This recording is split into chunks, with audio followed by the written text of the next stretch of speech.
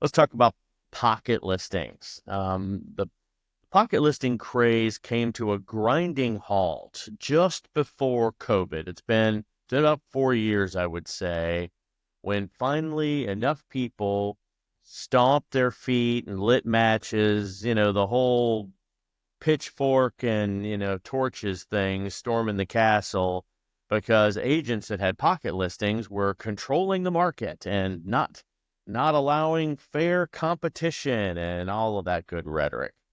I don't really care what your opinion is on it. We're going to talk about they exist, what's going to keep you out of trouble, what's going to get you in trouble, and understanding what a pocket listing truly is. Why would a client even make this opportunity for this? And is the agent representing it well to the client to keep themselves out of a lawsuit too? So let's dive in to the secret world behind the pocket listings.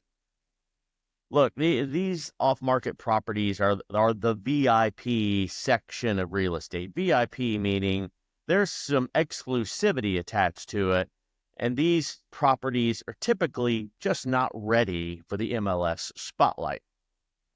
I'm going to get as comprehensive today as I can. And understand I'm going to explore the ins and outs of this listing type. What's it about? Whether they work, how they work, and when they work well. Pros, cons, legals, considerations. Plus, I'm going to share some marketing tips on how you master the art of pocket listings themselves and when you're allowed to have conversations, what you should be talking about. Let's unravel this mystery quite a bit. I'm going to give you some tools to navigate through this, and hopefully you'll be able to do this like a pro and securely, and most importantly, still give your client the proper amount of representation. So some key takeaways that you should be looking for in this conversation today. Off-market listings are just not publicly listed on the MLS. It's really the only differentiator. They are legal in all 50 states as of today, subject to the National Association of Realtors clear cooperation policy is where we get into some of the gray area. So be careful there. Pros, there is some privacy involved for the client. It is specific targeted marketing, and it does allow for a different sales cycle than what you're typically used to. Cons, you have very limited exposure, meaning word of mouth is the rule of thumb. You have reduced competition, which means that you don't have as many people looking at the house and potentially bidding on the house. And you got a lot of fair housing concerns on this one too. You need to be careful. Lastly, marketing strategies. We're going to talk about this, how you leverage your network, how you notify VIPs, how you utilize private platforms, targeted campaigns, exclusive open houses, and competitive pricing. So let's walk through those topics and see if I can get them all covered within a short amount of time we have together today. So let's define it. What is a pocket listing? In the world of real estate, pocket listing is any time that a seller, by choice, signs a listing agreement with a brokerage that gives them the exclusive right to sell their property, but with the caveat that this property will not be listed or cannot be listed in the MLS. Instead, this listing will remain private, sharing it only with a select group of agents that they trust to bring the right buyers, and typically within the same brokerage. You can talk about it within the same brokerage as much as you want. That's what makes it a private listing. When you get outside of that brokerage wall is when it becomes a situation. And honestly, this is what got everybody in trouble. The brokerage walls and the size of these walls at some of these big brands could be thousands and thousands of agents, and the other agents outside of their organization are the ones that were screaming, "Oh my God, here's Remax with another exclusive listing that I didn't even get a chance to bring my client to. It was the perfect one. They had to buy the one down the street that was on the MLS. I didn't get a chance to show theirs because I didn't even know it was existing because I wasn't inside the Remax click." Or you get the point. Ultimately, the people that are complaining weren't the clients. It was the realtors, the clear cooperation of realtors not being able to see every single listing and having an opportunity to get their share of the commissions on those listings. These off-market private listings are the speakeasies of real estate. You're not going to find them on the internet. You're not going to find them with a for sale sign out front. So when you build a pocket listing, it is simply going to be an agent that keeps it in their pocket and does not market it directly to the public. So it's not syndicated. You're never going to see it on Zillow, etc. You're going to have to hit all of the private chat conversations. You're going to have to be very careful about who you're talking to. But again, the original intent was so that you can only market it within a brokerage at the full consent of the client, because there was typically, when these were designed, there was a reason they needed to be off market. And then that bastardized a little bit into what's called a coming soon, right? And that's where things got tricky. So most of the time when these pocket listings existed, it was because a property wasn't ready for market yet. It truly was a coming soon listing. It was hey, the client's going to remediate a whole bunch of things in this house, but we want to let the general public know that it's not on the MLS yet because for the next 6 weeks we're doing remodeling and we're not going to show it, but we want to get everybody excited and know this is coming to the market. Now here's what's bullshit. This isn't allowed, but Samsung, for example, can advertise their new phones coming out for 6 months and have nothing but teasers coming out for everybody to go. I realize they're apples and oranges. I'm not comparing the same things.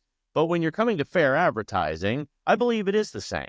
I believe that if you're going to regulate a bunch of realtors and tell them, hey, this isn't illegal, but if you're a member of an MLS, we're going to charge you and we're going to fine you the second that we find out you're doing this. So the second you have a pocket listing and you talk to someone outside of your wall of control, meaning your brokerage, you have to put it on the MLS in 24 hours.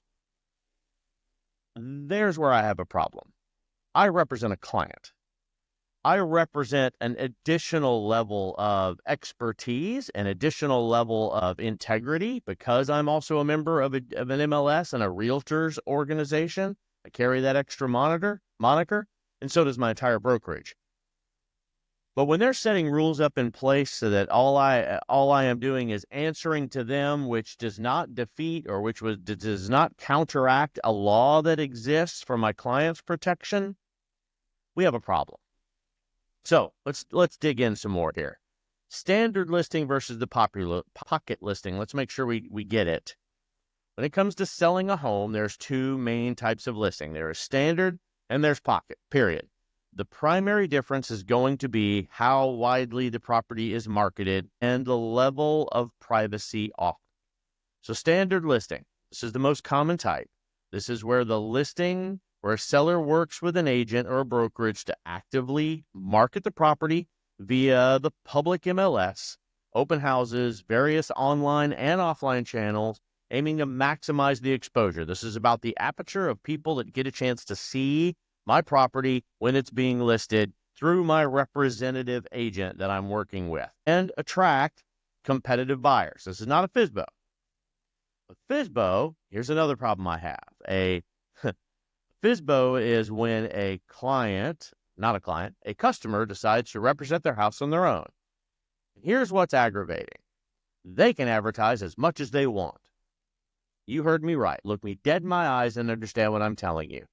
You're putting a real estate agent under a different set of supervision and a different set of guidelines to utilize the MLS strategies or to market it or not to market it on those strategies, but you're going to let an individual consumer do it on their own, essentially competing at their own will without oversight.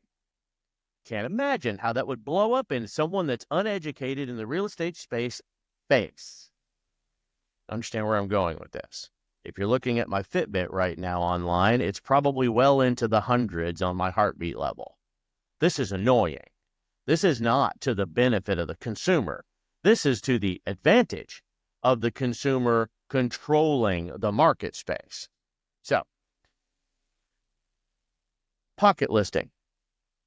Pocket listing was originally designed, again, to be discreet because a client was in the middle of doing some remediation on a home and the home simply wasn't ready for public offering.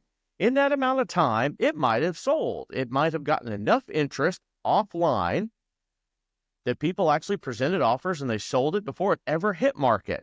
Thus, it stayed in the pocket. There is another type of, or another reasoning behind a pocket listing too. We have a lot of first responders. We have a lot of popular celebrities. Especially here in Florida, we've got Major League Baseball. We've got Major League Basketball. We've got Major League Football. You name it. Major League Soccer.